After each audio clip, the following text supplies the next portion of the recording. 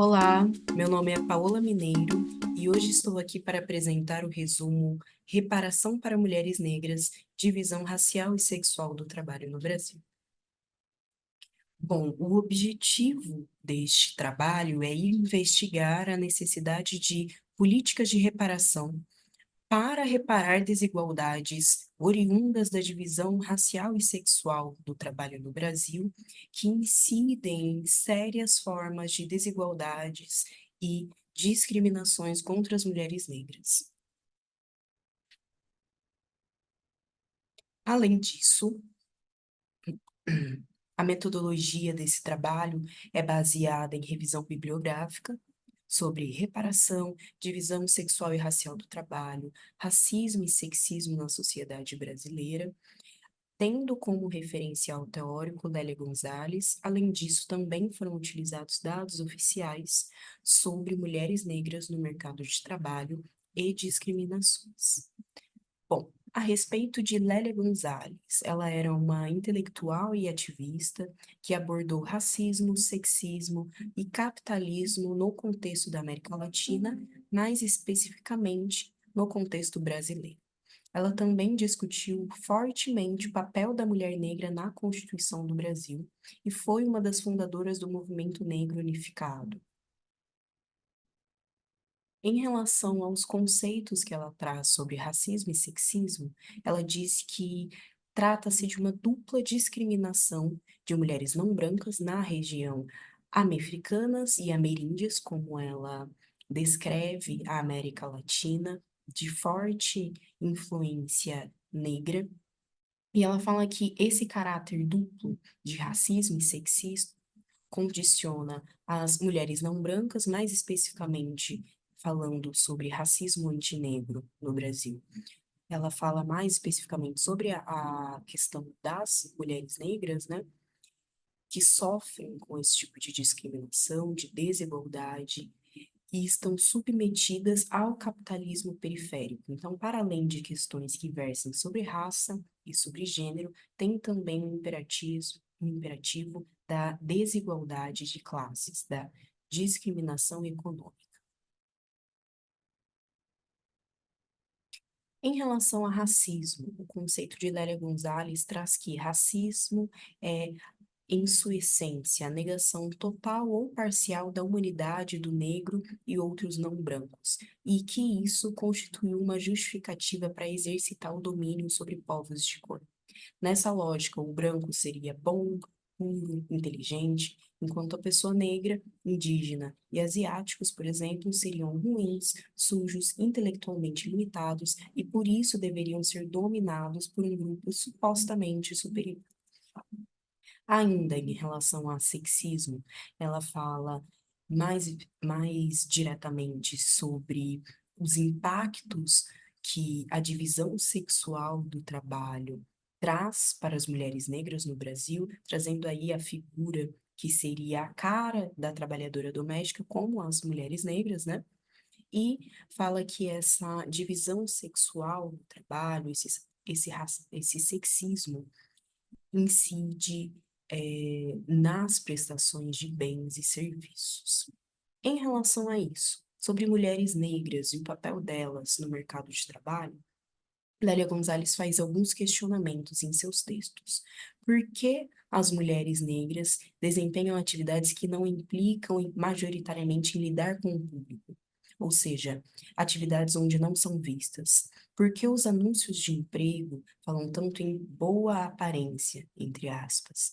Por que será que nas casas das madames, ela, a mulher negra, só pode ser cozinheira, arrumadeira ou faxineira e raramente copeira, que é aquela atividade, mesmo no ambiente doméstico, que tem maior contato com as visitas? Porque é, aspas, natural que ela seja servente nas escolas, supermercados, hospitais e etc. Bom, a discussão desse resumo que está sendo apresentado refere-se à reparação das mulheres negras no mercado de trabalho, isso porque, em razão da divisão sexual, racial do trabalho, da sujeição à desigualdade econômica, elas, as mulheres negras, são as mais afetadas por baixas remunerações, desproteção jurídica causada também pela informalidade.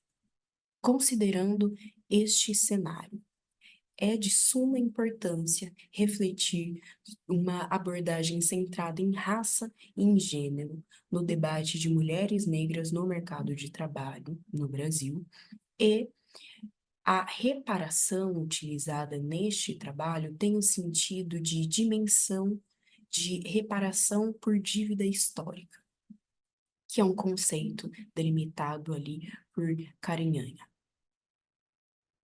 Em relação às formas de realizar, de efetivar essa reparação, Bottomore falou em 1983 que, como Estado, o direito é declaradamente um elemento fundamental nos assuntos humanos, que foi apropriado e deformado na defesa dos interesses das classes dominantes nas sociedades de classes. Ou seja, neste sentido, o direito serve a manter um status quo de dominação e pode-se considerar que as leis, decisões judiciais, entendimentos doutrinários, por mais que através da pressão das camadas populares seja revisto, mas que o direito serve sim para a manutenção desse status quo de dominação, de imperativo de racismo, de sexismo, de desigualdade econômica também.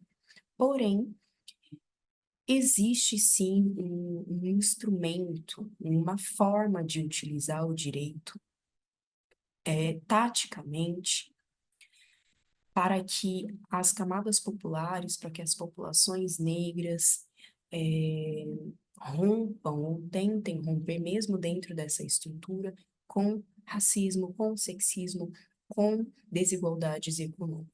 Então, ainda dentro deste quadro, é importante que a gente utilize, usufrua de instrumentos jurídicos que foram conquistados a duras penas pelas camadas populares. Então, quando a gente fala em reparação para as mulheres negras, mesmo entendendo qual é o papel preliminar do direito e fazendo um uso tático dele, conforme já existem intelectuais brasileiros falando sobre o uso tático do direito para favorecer camadas populares, essa reparação discutida neste trabalho é invocada e se apoia no papel do Estado brasileiro em promover a igualdade, conforme o artigo 5º da Constituição Federal, e também se baseia na necessidade, conforme o Estatuto da Igualdade Racial, de órgãos públicos ou privados estimularem a igualdade de oportunidades no mercado de trabalho para o avanço da população negra em empresas, organizações privadas e outros, conforme artigo 1º, inciso 6º da Lei 12.288 de 2010, que é o Estatuto da Igualdade Racial. Bom, em relação a este cenário que foi preliminarmente apresentado em elementos teóricos, agora trago alguns dados para fundamentar a necessidade dessa reparação. A participação das mulheres negras na população em idade ativa era, em 2022, em 28,3%. Ou seja, é um número muito pequeno de mulheres negras empregadas. A taxa de desocupação, a taxa de desemprego dessa população ficou em 11,7% em 2023, maior que a média nacional de desocupados, desempregados ou desalentados. Além disso, outros dados também são relevantes para fundamentar essa necessidade de reparação para mulheres negras no mercado de trabalho brasileiro, como, por exemplo, a média de remuneração. No segundo trimestre de 2023, enquanto um homem branco recebeu em média R$ 3.708, uma mulher negra recebeu em média R$ 1.715. Além disso, 1 a cada 6 mulheres negras ocupadas trabalha como empregada doméstica no Brasil.